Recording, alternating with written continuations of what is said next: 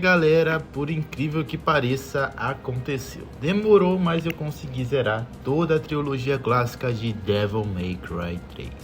E antes de começar o vídeo, meio que já começou, mas se você não conhece esse canal, não sabe o intuito dele, é basicamente um canal 100% real, sem nenhum tipo de edição, sem nenhum tipo de corte, apenas eu falando aqui de fundo, enquanto fica essa gameplay de fundo, beleza?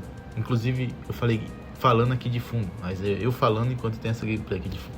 Enfim, eu não edito meus vídeos. E galera, vamos lá. O que eu tenho pra falar de Devil May Cry 3? Devil May Cry. Bom, o 3 é sem sombra de dúvidas o melhor da trilogia e muitos consideram ele até mesmo o melhor jogo da franquia. O meu jogo favorito é o 4, porque foi um dos meus primeiros e foi o primeiro que eu zerei e é um jogo muito gostoso na minha opinião. Mas eu já joguei o 3 e eu pude rejogar ele de novo agora. A primeira versão que eu joguei dele foi a versão para o PC, então não foi aquela HD Collection, foi a versão portada para o PC, então era uma versão de PS2, Xbox que veio para o PC. Mas a HD Collection, ela trouxe de novo o 3 e melhorada. E eu percebi que, na minha opinião, a visão que eu tive é que dentre os 3 jogos da HD Collection, o 3 foi o que recebeu maior capricho, maior qualidade de definição, maior qualidade gráfica. Eu percebi que eles deram uma maior atenção, um melhor carinho no 3, porque é sem sombra de dúvidas o mais bonito. E eu não falo disso porque, obviamente, ele ia ser o mais bonito, porque ele ia ser o mais recente dentre os 3. Mas ele é mais bonito porque realmente as texturas em HD são realmente muito bem definidas. O jogo não tem serrilhado, então eu não senti nenhum tipo de serrilhado. Talvez até mesmo por ter sido feito em uma engine mais nova, uma tecnologia mais nova, deu para arrumar melhor. Mas cara, muito bonitinho o jogo tá realmente muito bom. Na questão gráfica, eu não acho que ele ficou datado. Os seus ambientes são muito grandes, os cenários são bem construídos, me lembrou muito o cenário do primeiro jogo. E a evolução desse jogo para o primeiro é realmente um absurdo de tão bom que ficou, né? Tão bom. Com o segundo não dá nem para comparar, porque o segundo ele é muito distoante de todos da franquia. Tanto do 1, quanto do 2, quanto do 1, quanto do 3, tanto do 4, quanto do 5, ele é muito distante mesmo. Ele parece até mesmo outro jogo fora da franquia Devil May Cry. Então, a melhora que a gente teve nesse jogo é muito grande. Na gameplay, na loja, nos estilos, nos itens, teve uma melhora muito grande e muito perceptível. Mas o que acontece, galera? Acontece que alguns pontos negativos são a gameplay. A gameplay dele ainda é um pouco datada para a época. Eu acho que ela envelheceu um pouco mal. Obviamente é muito melhor do que a do primeiro jogo, muito melhor do que a do segundo jogo. E ela tem alguns pontos que incomodaram, que é a câmera, que às vezes acontece o que aconteceu em todos os jogos, que a câmera não te dá um controle certo de movimento, não está em um ângulo adequado, às vezes te coloca um corredor muito pequeno, a câmera está em cima do Dante, tu quer ir para um lado, mas ele vai para trás. Isso aconteceu várias vezes de novo, né? Então, tirando isso, o resto é muito bom. A luta contra as espadas está muito boa, a variação de armas no jogo perfeita, e é um jogo com um escopo muito maior. Enquanto o 1 eu zerei em 4 horas, o segundo eu zerei em 3 horas e meia. O terceiro jogo eu zerei em 7 horas e meia. Claro, fiquei um pouco perdido em algumas partes. É um jogo muito grande, é um jogo que tu tem que ir e voltar para muitas partes. É um jogo que eu senti que tem uma pitada de Resident Evil nele. E digo mais, esse jogo ele teve ambições muito maiores do que os outros jogos, porque a história dele é muito boa. A história dele, eu ouso dizer que é a melhor de todos os jogos. Melhor do que a do 5? Sim. Melhor do que a do DMC? Sim, claro.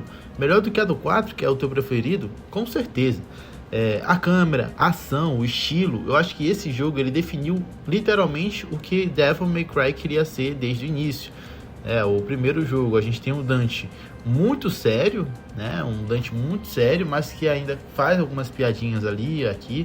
O segundo jogo segue o mesmo conceito, tem um Dante que ainda é um pouco mais zoeiro do que o próprio primeiro, né? Então eu sinto que o Dante do segundo jogo, ele mantém uma zoeira um pouco maior do que a do primeiro jogo, mesmo ele tendo bem menos aprofundamento. E a do terceiro, ele é muito brincalhão, muito divertido, mesmo eu sabendo, é claro, que a gente está falando do Dante adolescente, o Dante adolescente. Dante nos seus 20 e pouquinhos anos, né? Ou nos seus 19, eu não sei mais ou menos quantos anos ele tem no terceiro jogo. Mas definiu o que é o Dante, definiu como o Dante é como personagem. Porque a imagem que a gente tem do Dante nos outros jogos, nos jogos mais recentes, eles são literalmente essa imagem construída no terceiro jogo. Gostei muito da história, a história sem sombra de dúvidas é o ponto principal desse jogo. É uma história bem definida, é uma história bem interessante, a gente percebe que a sombra dos Filhos de Esparda, ela perpassa por todo o jogo. Porque o tema Esparda, ele se mantém no primeiro, no segundo nem tanto, no primeiro, no terceiro, no quarto, no quinto jogo. Então todos os jogos aí, praticamente a gente tem meio que essa mesma história sempre. Eles na sombra de Esparda. E não é um problema, não é definitivamente problema, não tem nada de ruim nisso, né? Algo até que bem interessante como eles conseguem manter uma mesma temática em vários jogos diferentes e não ficar saturado.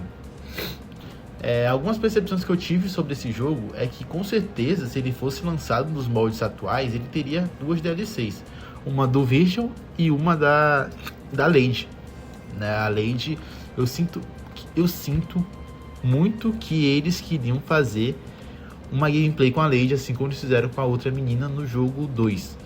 Porque ela tem umas aparições muito interessantes e muito únicas no jogo. São bem específicas, não são tão específicas a aparição dela. Às vezes dá a ideia de que ela teria uma história própria onde a gente veria aquelas cenas. Só que eles acabaram retirando isso e colocaram na história principal de todo o jeito. Então eu acho, é uma percepção minha, que eles queriam fazer uma história à parte, ou uma história second time com ela. Algo como o Separate Ways da Ada no Resident Evil 4. Bom, sobre os bosses, os combates e os inimigos. Galera, incrível, né? Eu acho que esse é o que tem os bosses mais incríveis de toda a franquia. O 5, ele tem alguns bem memoráveis, como o Golias, tem o Cerberus do 5, né? Tem a galinha, tem uma variedade bem interessante, mas eu acho que comparado com o 3, não tem. Porque os inimigos, as boss fights são bem construídas, bem desenvolvidas, tem uma certa estrutura. Por exemplo, o Cerberus, a gente tem uma mecânica que é quebrar o gelo e poder bater nele e destruir as 3 cabeças. É uma mecânica muito boa, uma mecânica muito interessante. O outro que a gente enfrenta são aqueles dois lá, o cabeça vermelha e o cabeça azul. Quando a gente enfrenta eles, a gente tem que ter uma certa habilidade para poder vencer eles. Por quê? Porque se você mata um primeiro e sobra o outro ele vai ficar muito forte, porque ele usa as 2 espadas. Então é uma mecânica muito interessante. Eles colocaram 2 bosses para você enfrentar. E foda-se, se tá difícil, se tá fácil, te vira para conseguir passar. Essa é a ideia que eles colocaram. Te vira para tu passar, porque não tem como a gente melhorar aqui a tua situação. Teve uma hora que eu morri muito, que eles acabaram permitindo com que eu ativasse o modo fácil, só que eu não joguei, eu joguei no modo normal. Na minha opinião, a versão clássica ela era mais difícil. Eu sinto que eles deram uma dosada na facilidade do jogo. Mesmo assim, em algumas boss fights você toma bastante dano e tem alguns bosses que são muito quebrados e muito difíceis de serem derrotados, como o cavalo. É uma batalha bem chata, bem duradoura, bem longa. Eu sinto que o boss final do jogo foi muito fraquinho, né? Que é o Arkham. O Arkham ele poderia ter tido uma dificuldade maior. Eu praticamente não tomei dano com o Arkham. Mesmo eu estando muito forte, eu sinto que foi uma batalha muito fácil. Eu não sei se o Arkham seria o boss final ou se fosse o Vision, porque o Vision a gente tem 3 batalhas com ele. Uma que é muito fácil, uma que já é nível mediano e a terceira que era pra ser difícil. Só que eu peguei o jeito e eu acabei derrotando ele de uma maneira muito fácil. E eu lembro que quando eu joguei o primeiro jogo, eu tive muita e extrema dificuldade em conseguir derrotar o Vigil, né? Porque ele dava muito dano. Eu tomava um hit dele e eu já perdia 3 barrinhas de vida, então era muito quebrado. Eu não sei se eu cheguei a jogar no fácil, no difícil na época, mas eu só sei que foi bem complicado derrotar o Vision no clássico mesmo de PS2. É um jogo muito bom, eu recomendo todo mundo jogar. Como eu falei, a qualidade gráfica dele tá bem melhor comparado aos outros. É um jogo que também eu acho que ele não envelheceu tão bem. Percebe algumas mecânicas que não envelheceram de uma maneira tão interessante. Eu acho que alguns atributos que ele colocou foram bem válidos, mas que poderiam melhorar muito ao longo do tempo. Tem coisas que são passáveis no jogo. Então, por exemplo, a batalha contra a Lady, que ela te dá a arma dela. Cara, se tu passa da porta, tu perde esse combate, tu perde essa cena, tu perde a arma. Então, tem coisas passáveis nesse jogo.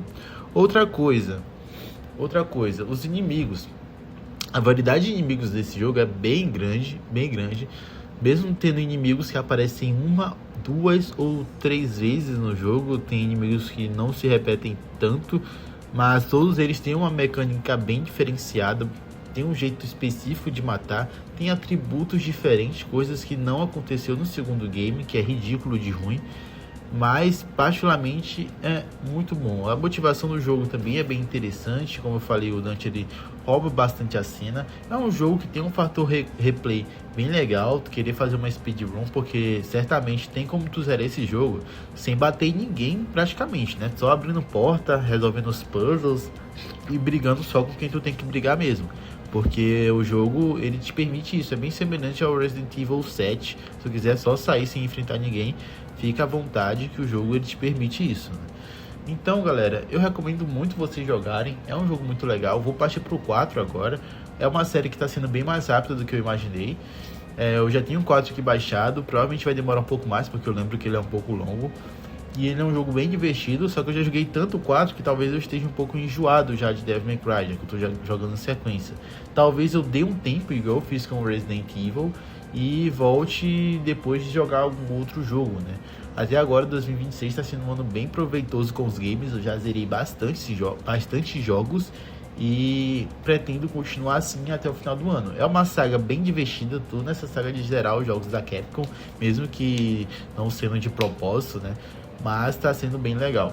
Bom, curta o vídeo, comente o que você acha desse game. Realmente é um game bem divertido, é um game que mesmo que não tenha envelhecido tão bem assim, ainda é um jogo bem legal de se jogar. Quando eu digo que ele não envelheceu tão bem, não é dizer que ele tá um lixo, que ele tá injogável.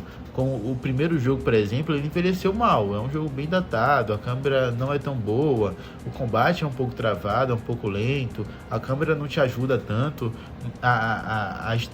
o nível de ambientação não é tão explorado assim por conta de limitações da época. Mas o terceiro jogo ele melhora tudo que o primeiro ele quis te mostrar, então fica tudo muito melhor, fica tudo bem mais grandioso, fica tudo bem mais longo. Somente algumas coisas ficaram um pouco datadas, como eu falei, que é um combate mesmo que o mais fluido que os outros jogos, ainda um pouco travado em relação aos novos da franquia, o que é injusto comparar.